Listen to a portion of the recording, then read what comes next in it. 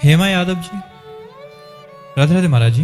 महाराज जी, क्या प्रभु के प्रसन्न होने पर हमें गुरुदेव की प्राप्ति होती है या फिर हमें खुद ही गुरुदेव की खोज करनी पड़ती है? दोनों।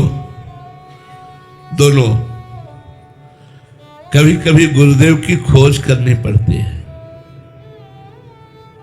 हृदय में विकलता जब गुरुदेव की जगती है वो भगवान की कृपा से होती है, और कभी कभी गुरुदेव की खोज करनी पड़ती है।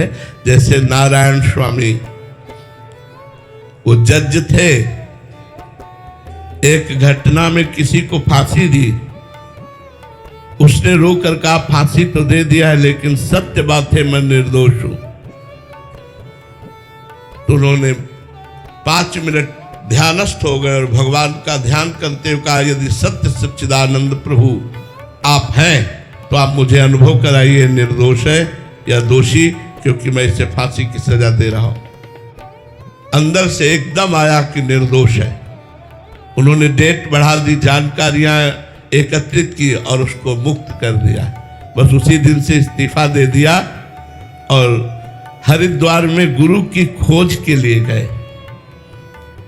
अब जिस संत से कहते कि मैं जज हूं, मेरे पास इतना वैभव है, मैं शिष्य बनना चाहता हूं, तो तुरंत बिना किसी प्रश्न के कह देते गंगा स्नान करके आओ और आप आज ही शिष्य बन जाओ। वो निकल जाते और लौट के नहीं आते। कि जो मेरे जज पद का आदर करता है और मेरे वैभव का आदर करता है वो मेरा गुरु नहीं हो सकता। घूमे, उनको उनकी भावना के अनुसार गुरु नहीं मिले। अब इतनी प्रबल इच्छा थी गुरु प्राप्ति की कि एकांत में पुकारे, हे भगवान यदि मुझे गुरुदेव की प्राप्ति नहीं होती तो मैं अपने शरीर को छोड़ता हूं। उत्तराखंड की एक शिखर पर पर्वत के चढ़ के और जे ही कूदने को ही पीछे से पकड़ लिया और कहा नारायण नारायण नारायण। पीछे मुड़े देखा संत, बोले तुम्हें गुरु चाहिए, जाओ नारायण नारायण नारायण जपो। बस अंतर ध्यान हो गए। एक टाट की लंगोटी और एक टाट ऐसे लगाते थे और हर समय नारायण नारायण नारायण जपते थे। इतना नाम जप किया कि पूज्य भाई जी से हनुमान प्रसाद पोद्दार जी और राधा बाबा जब थे तब उनके पास गए।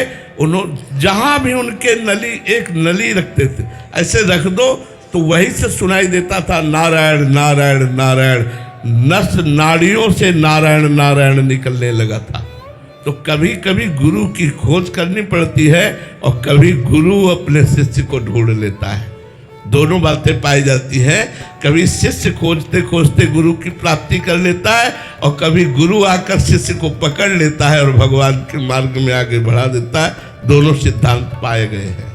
और जी, गुरुदेव शिष्य का वर्ण करें, देख के चयन कर लें, बट वो तो समझ आती है। बट शिष्य को क्या ध्यान रखना चाहिए कि अगर अंदर लालसा हो रही है कि गुरुदेव की प्राप्ति करनी है और मेरे को खोज है, तो ऐसे में क्या ध्यान रखें? हाँ, बाहरी लक्षण बताए जा सकते हैं। आंतरिक तो जो उच्च कोटि का महापुरुष होगा तो उसी समान स्थिति वाला उनको जान सकता है, अन्यथा नहीं जान सकता। बाहरी लक्षण है कि जिनके पास बैठने से हमें अच्छा लगे,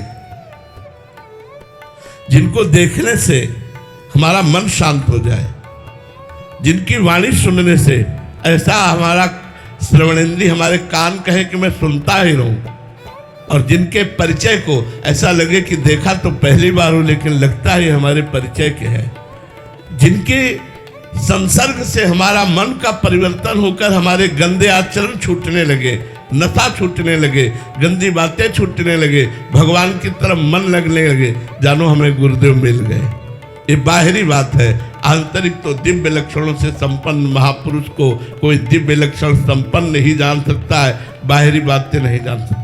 बाहरी यही पहचान है जिनके संसर्ग से हमारे मन का परिवर्तन हो जाए, हमारी दिनचर्या का परिवर्तन हो जाए, हमारे जीवन का मोड़ हो जाए, हमारा जीवन भगवत मार्ग में लग जाए, वही हमारे सद्गुरुदेव है।